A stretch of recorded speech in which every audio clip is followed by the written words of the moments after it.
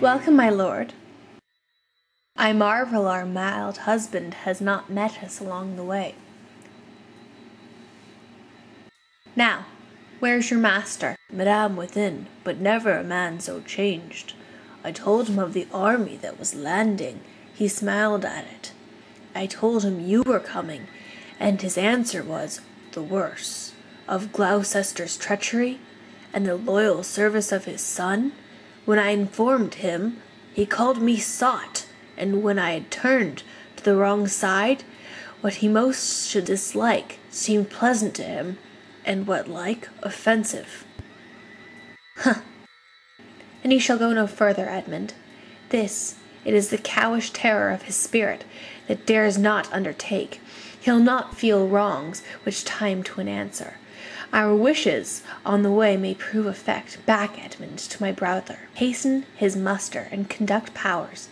I must change arms at home and give the distaff to my husband's hand. This trusty servant Oswald, he shall pass between us.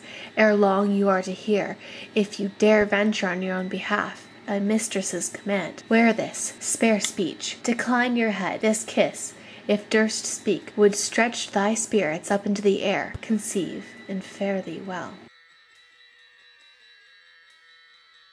Yours in the rank of death. My most dear Gloucester, oh, the difference of a man and man! To thee a woman's services are due. My fool usurps my body. Madame, here comes my lord. Well, I've been worth the whistle. Oh, Goneril, you are not worth the dust which the rude wind blows in your face.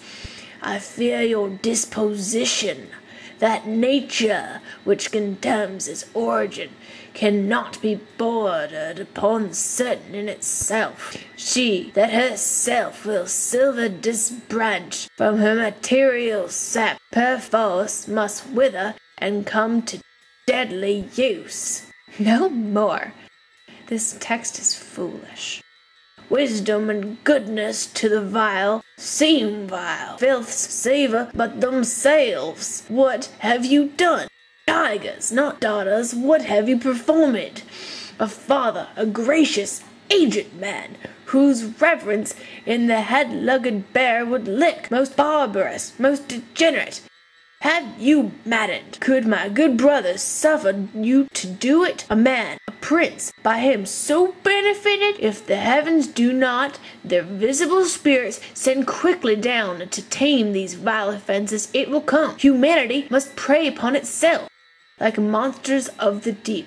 You milk-livered man, what bearest a cheek for blows, and a head for wrongs? Who hast not in thy brows that is concerning thine favour from thine suffering, that knowest that fools, those villains who pity, are punished ere they have done their mischief? Where is thy drum? France spreads its banner in our noiseless land. With plummed helm thy slayer begins threats, while thou, a moral fool, sit still and criest, Alack, why does thee? See thyself, devil proper deformity seemed not in what fiend so horrid as in woman. Oh, you vain fool, thou change it and self-covered thing for shame. Be monster not thy feature. It were it my fitness to let these hands obey my blood, they are apt enough to dislocate and tear thy flesh from thy bone. However, thou art a fiend, of a woman's shape doth shield thee. Marry a manhood now. Look, the messenger. What news? Oh, my lord, the Duke of Cornwall, he is dead, slain by his servant, going to put out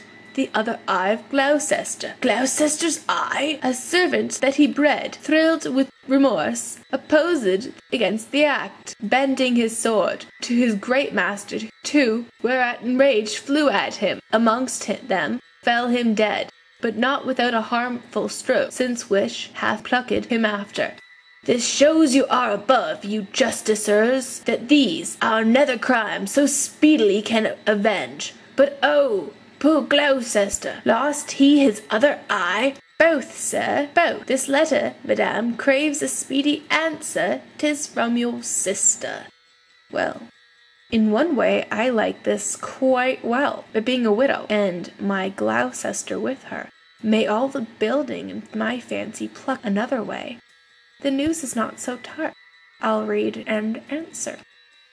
Where was his son when they did take his eye? He is not here. No, my lord, I sent him back again. Know he the wickedness? Ay, my lord, 'twas he who informed against him, and quit the house upon his service, that their punishment may have freer course. Gloucester, I live to thank thee for the love thou showest the king, and to revenge thine eyes. Come hither, friend, tell me more of what thou knowest.